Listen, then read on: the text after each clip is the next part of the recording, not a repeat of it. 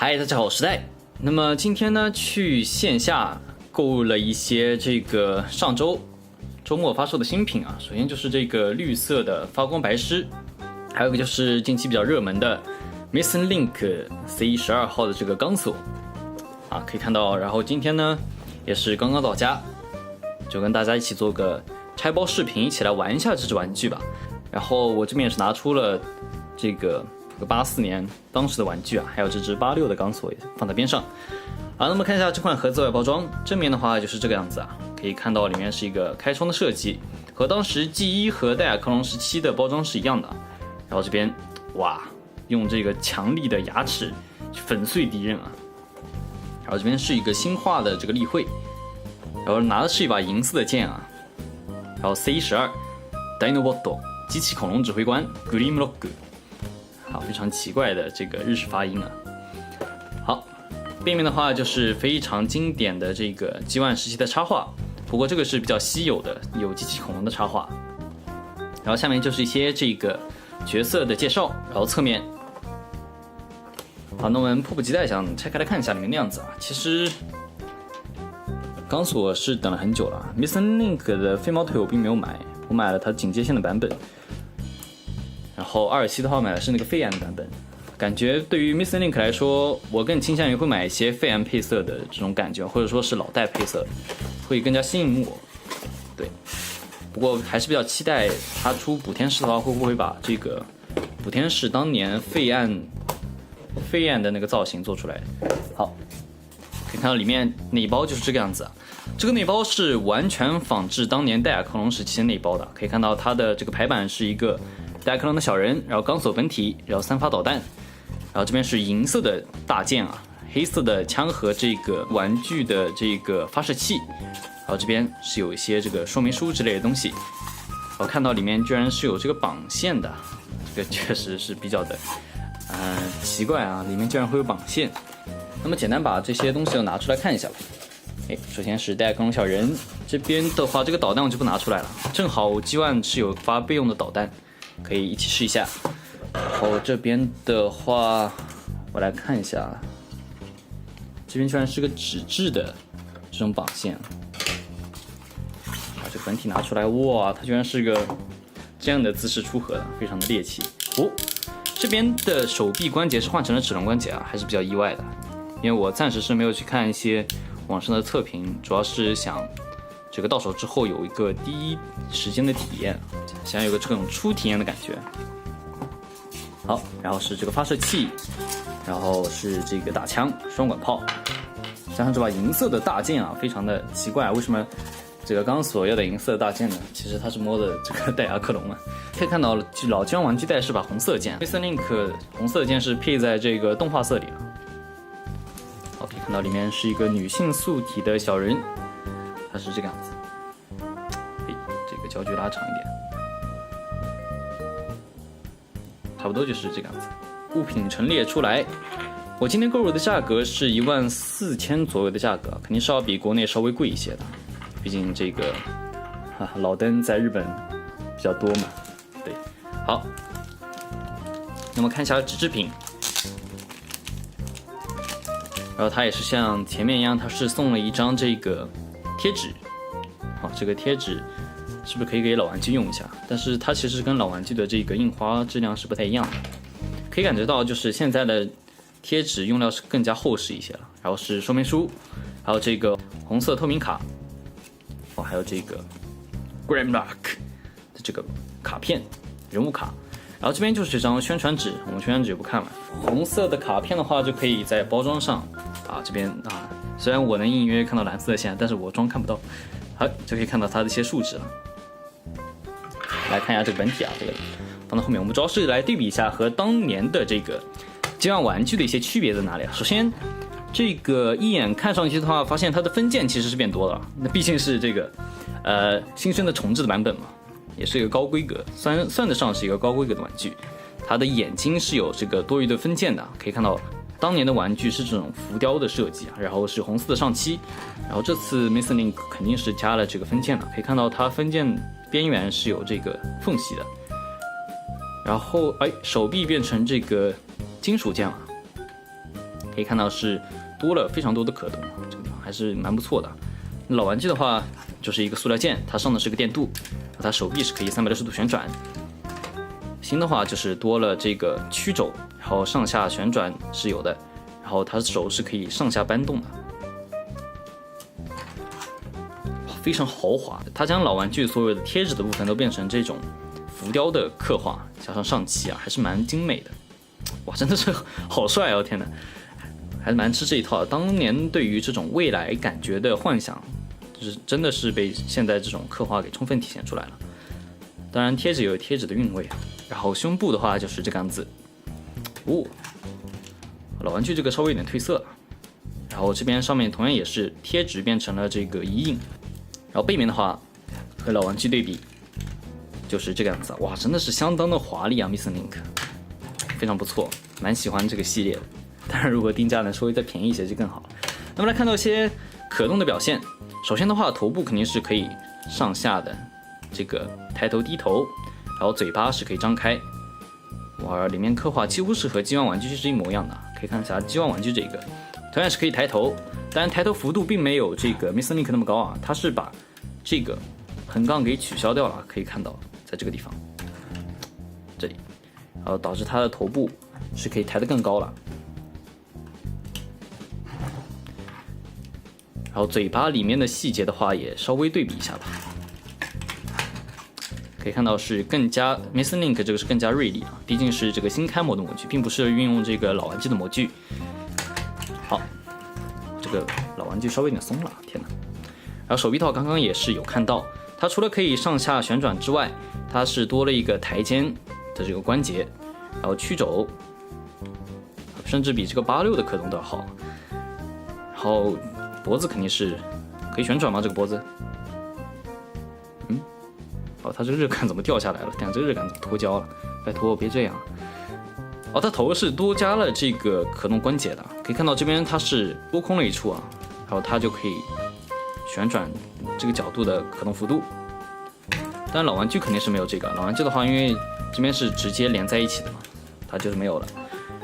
然后脚部的话，哇，它居然是非常非常清脆的这个齿轮关节，哇，真的很爽。因为可能玩过老玩具都知道啊，如果这个时间过久了，它里面的电镀涂层会磨损掉，导致它这个手，它这个脚可能会有点松弛啊。当然我这个稍微好一点点啊，它把持力度是非常差劲的，所以这边换成了齿轮的话，真的是有很好的改善这个毛病啊。可以看到这边为了仿照这个老玩具的感觉啊，它把这个螺丝的真零件变成了这个假零件，还上了这个银色的漆。当然，如果这个是电镀，那就更好了，更像。好，然后脚部的话，它是可以往前打一段的，往前打一段，然后跟老玩具一样，这个屈膝也是有这么一些角度，还有一个往前。脚趾的话，就是可以上下的摆动。当然，如果按照真正恐龙的这个跑步姿势来说的话，应该是这个样子会更加真实一些啊，它是应该这个样子。然后另外的话，我来看一下这个尾巴的部分也是给了一段这个上翻的可动关节啊，可动幅度。哇，玩起来还是体验很不错啊。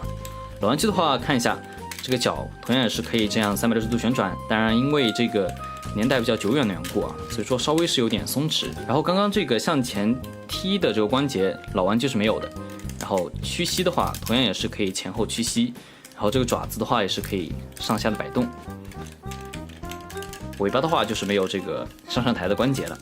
我们可以看到 ，Missing Link 几乎是对于老玩具的一个全面进化。当然，其实我感觉它的眼睛其实不用分件的话，我觉得会更好一些啊，一体性更强一些。我感觉这个眼睛稍微是有点做大了，我觉得老玩具的这种圆圆的眼睛更加可爱一点，更加好看一些。然后外观的表现的话，其实几乎就是非常完美的复刻下来了。然后看到一些配件的区别，首先就是 G1 的大枪和这个 Missing Link 的大枪，可以看到，几乎是一模一样的感觉了。我来看稍微是有点刻线上的区别啊。这个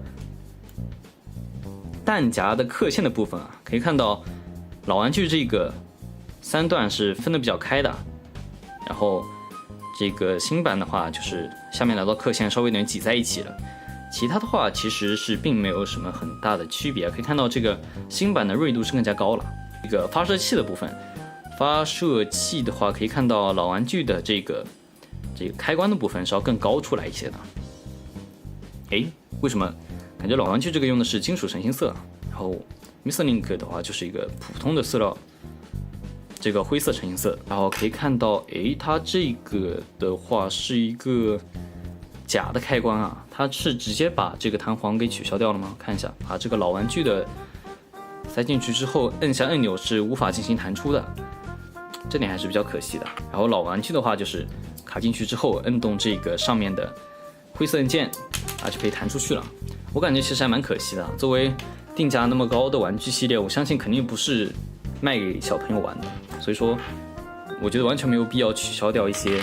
老玩具有的这些玩法。然后看到区别最大的就是这个大件嘛，可以看到再把它放大一下，可以看到大件的话，一把是红色，一把是银色，银色配色来源就是来源于戴亚克隆点配色的，所以说这款钢索其实也能算得上是一款戴亚克隆的重置啊。上下的对比一下，可以看到这个细节上是有些区别的，就是中间凹下去的这个方块，可以看到老玩具的话是有一些段落感，但是新版的话就感觉是一样细的感觉。然后导弹的部分的话，可以看到我这个就不取下来的，其实这个取下来还挺麻烦的，这边还卡住。可以看到几乎是和老版的一模一样的，但是稍微的这个凹陷的部分，新版的是要浅一些的，肯定是能做出一些非常这个相当于是奔跑的姿势啊，这个非常可爱的奔跑的姿势还是可以做出来的，还是蛮不错的。而且这个用料，刚刚忘记说了，这边大腿的话是有一些平转的关节的，这个是我刚刚没有注意到，毕竟是一个这个刚拆出来的嘛，我就没有这个提前做功课做那么多了，还是跟大家一起玩有一些这种新鲜的体验感吧。好，如果有一些这个介绍不到位的地方的话，还请多见谅啊。这个戴亚克隆小人的部分，可以看到它这个背部和这个头部是一体零件，是一个金属部件，把它变成一个坐姿，是可以坐在这个座舱后面，这边是个座椅的细节啊，有点这种百叶窗的感觉，非常的悠闲。看看是不是可以直接坐上去啊？好，就可以坐在这里，然后我们的这个驾驶的这个恐龙机器人进行这个活动。当然，这个戴亚克隆小人也是可以给老的激光玩具用的，因为激光玩具也是有沿袭戴亚克隆的这个模具。这样坐进去，就可以还原这个当时的这种玩法，还是蛮不错的。好，简单就看到这里。其实戴亚克隆小人我并不是非常感兴趣，而且下面不出所料应该跟这个以前那些一样，上面是埋磁铁的，注意一下。OK， 它是可以吸在我的这个剪刀上的。好了，那么龙形的话差不多就介绍到这边，我们来根据这个说明书进行一下变形演示。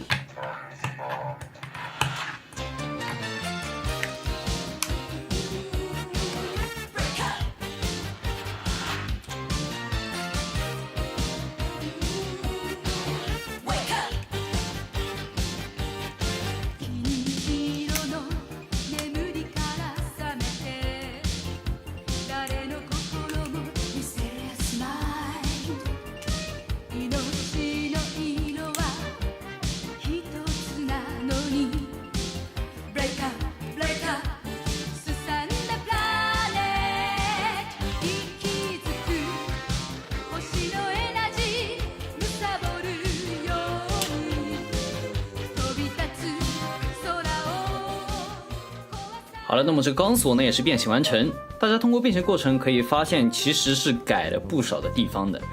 首先的话，就是它头部的变形也是这个钢索最大的进步啊，我觉得。大家可以看一下老玩具这个钢索，因为它这个变形结构的原因，它需要把这个头藏在胸口，所以说它的头是非常靠后的。它和它的这个肩膀是不平行的，所以虽然说从正面来看的话是没什么问题，但到侧面的话就会发现非常非常的诡异啊。当然，我们这个 Missing Link 是非常好的改了这一点，它这边是做了一段这个折叠的关节，可以把这头放到前面。当然，如果你是非常想追求这个老玩具的骨轴感的话，你也可以把它放在后面。你不管它的话，那确实这边就是一个这个老玩具的往后倾的这个样式了。当然，我的话就，毕竟它是作为新生代的这个重生版嘛，所以说我还是把它放在前面吧。然后这边就牵扯到另外一个话题啊，那它这个卡扣设计是和老物不太一样的啊。这个 Missing Link 版本的话，这边是做了这个横杠卡在这个芳草里的，但是它一旦往上扣的话，可以发现，当然我这是已经是打到底了，然后扣进去，他会发现它根本就扣不住，应该说是很难往里扣住，可能是因为它本身的这个电镀涂层过厚了，然后这边芳草开的又不是特别的大，可以看到我这边变形完之后已经是有一部分的这个白痕了，非常的可怕，我觉得，不知道多变几次会不会好一点。我们这边再来给大家看一下啊，这边滑槽这边已经推到底了，推到底，然后正好其实是可以卡进去的这个角度，卡进去之后，那它其实是根本卡不进去的，是属于一种撑开来的状态。所以说我不知道这边到底是不是一个设计失误或者公差的缘故啊，还是玩起来并不是特别的爽快啊。对于我这种喜欢快速变形、暴力变形的人来说，稍微是有点不爽啊。大家可以看一下老屋这边，老屋这边的话就是一个非常简单的这种扣子，它这种扣子其实也挺牢固的啦，它不会有这种松松垮垮的感觉，它这边扣的还挺牢固的，然后这边也正好可以非常简单的上下滑动，我感觉老屋这个设计会更好啊。所以说 Missing Link 的话，好吧，可能对于一部分人来说，这个确实是个好设计吧，但对于我来说稍微有点鸡肋啊。那我们来看一下这个钢索整体的这个造型的话，可以发现是非常的臭味满满啊！天哪，太赞了！从侧面看是这个样子，然后从这个背面看，头放下去，应该来说就是应该放下去的，我刚刚应该是变漏了。好，然后这边是多出了脚后跟，非常不错。好，另一个侧面，然后正面。好，来看到一下可动表现。头部的话就是非常简单，它有360度旋转没有问题。然后它因为是这个变形结构的原因嘛，所以说是可以拉出来一段脖子的，可以进行一下这种俯视的感觉，真的是蛮不错的。手臂平举没有问题，然后360度旋转也是并没有问题。然后大臂的平转，然后曲肘是90度左右，然后手臂的话也是有一些平转关节，然后它的这个手指是可以掰开来的嘛。然后看到下半身的话可以看到是一个平角裤的这种造型，但它并不是以平角裤的可动设计，它把这个关节设计在了这边大腿根的里面呢，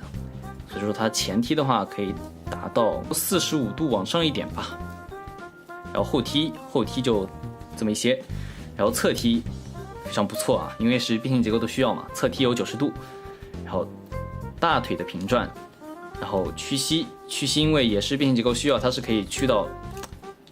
这个幅度的，还是挺帅的，在一些这种张力的 pose 的时候，就是非常的有用啊。接地关节是可以有非常大幅度的这个接地的。它的接地幅度非常的大，我刚刚也有看到它是多出来了一段脚后跟啊，这个设计的确实很好，因为钢索它其实背包是过于靠后的，重心是过于靠后的，然后老玩具因为变形结构的需要，它是可以在大腿这边稍微的做一些这种重心的调整的，所以说几乎的话就是只能以这种前倾的角度进行站立啊，一不小心它就会这样翻倒来，所以说确实是需要一些脚后跟，并没有腰转啊，因为毕竟它这个变形结构的话是很难做腰转的。我觉得一些配件的展示的话，它这把大剑是可以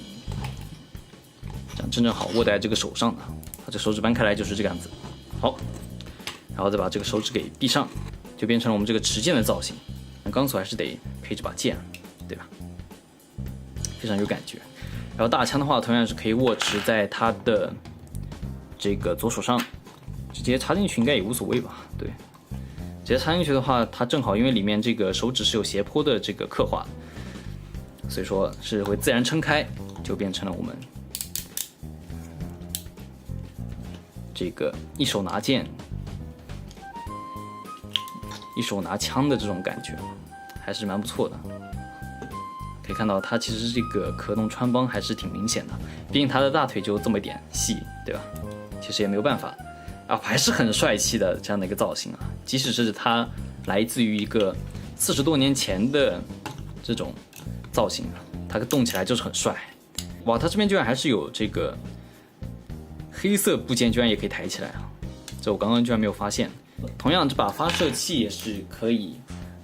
搭载在手上啊，但是因为这个 TVE 也没有这把东西嘛，所以说其实一般来说我也不会去用它。当然，你也可以把它拿在手上，模仿一下什么戴亚克隆的这种感觉啊，也是完全没有问题的。毕竟是一把玩具原创的武器嘛。哇，真是非常不错。然后老玩具的话，同样也是可以拿它这把武器的，非常简单，一手拿剑，然后一手拿枪，放在边上的话，差不多就是这样的感觉啊。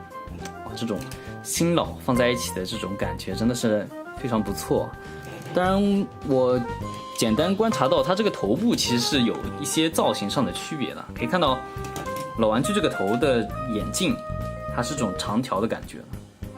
比较长条的感觉。然后新版的话，这个是更加的饱满一些了，这个头稍微是有一些区别的。当然有介绍的不到位的地方的话，也请大家多多见谅，因为也是刚拆开来把玩嘛，没有研究那么多。好了，那么这期的视频呢，差不多也就介绍到这边。那么这期也是简单的第一时间到手，跟大家一起拆包进行把玩，相当于简单评测的一些视频吧。整体来说，这款玩具还是挺让我满意的，除了它胸口的这个卡扣的问题让我稍微有点糟心以外，其他真的是一个非常非常不错的玩具啊。当然，如果能把戴亚克隆的这把银剑变成这把红剑呢，就更好了。当然，如果你想的话，其实也可以把这个老玩具的剑给它进行搭载，也是没有任何问题的。好，那差不多呢，这期视频就到这边了，我们下期再见，拜拜。